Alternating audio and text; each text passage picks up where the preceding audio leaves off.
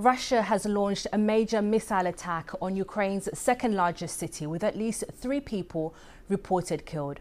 The mayor of Kharkiv says it's the biggest attack on the city since the start of Russia's full-scale invasion. He said dozens of explosions had been reported. Another official said emergency crews were searching for victims trapped in the rubble. He said a residential building had been hit. 2 children, including a young baby, were among those injured. It's the second big attack on Kharkiv in the past few days. It comes as President Trump said Ukraine gave Putin a reason to go in and bomb the hell out of them after Sunday's massive attack on air bases deep inside Russian territory.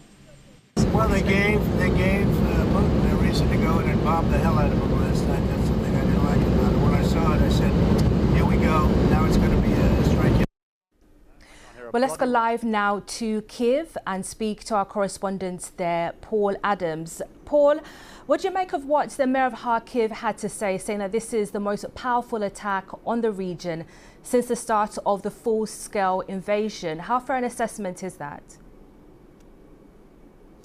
Well, it's not the most deadly. There have been other attacks on Kharkiv that have killed more civilians, but it does seem to have been one of the most intense. Our understanding is that this all took place within the space of about 90 minutes in the hours before dawn, with reports of around 40 explosions, including drones, glide bombs that the Russians use, particularly in areas closer to the front lines, and also at least 1 ballistic missile. So for that period of time, that was clearly a very, very intense and terrifying experience for the people of Kharkiv. And the pictures that we have seen this morning of apartment blocks and private buildings on fire give you some sense of how grim it must have felt. We heard there President Trump saying Ukraine gave President Putin a reason to go in and bomb the hell out of them following that spider's web attack on Russia. How are those comments being received in Kyiv there?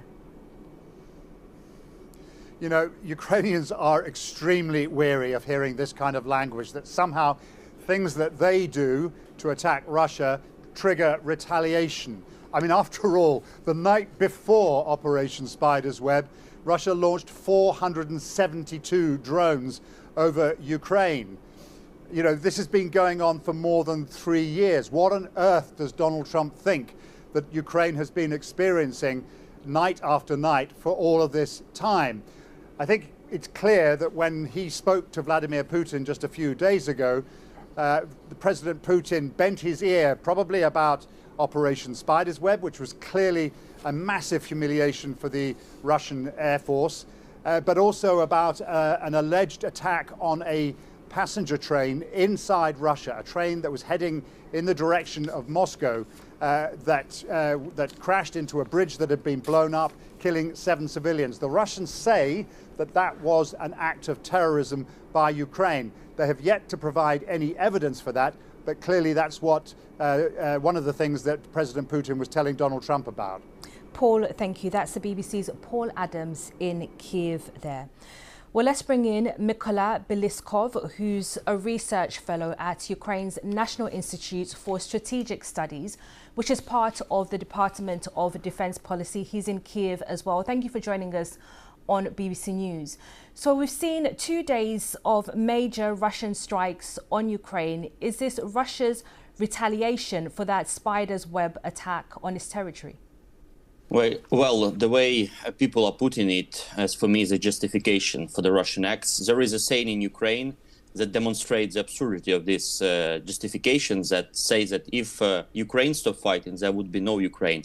And if Russia stopped fighting, there would be no war. So we target everything that is used to terrorize Ukrainian cities, Ukrainian infrastructure, and it is within the right of self-defense.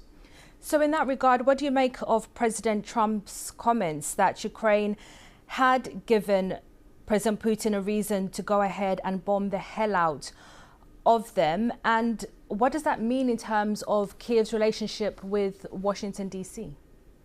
Well, that's incredible, and that's a major frustration to equate the aggressor and the countries that suffer from aggression. Again, we're exercising the right of self-defense. It is the 51st article of the UN Charter, and when someone, even if it's US president, as he seeing himself as a mediator, put it in such a way. Unfortunately, he is not creating conditions for the peace, and for sure it's not good for US-Ukrainian relations, which we value.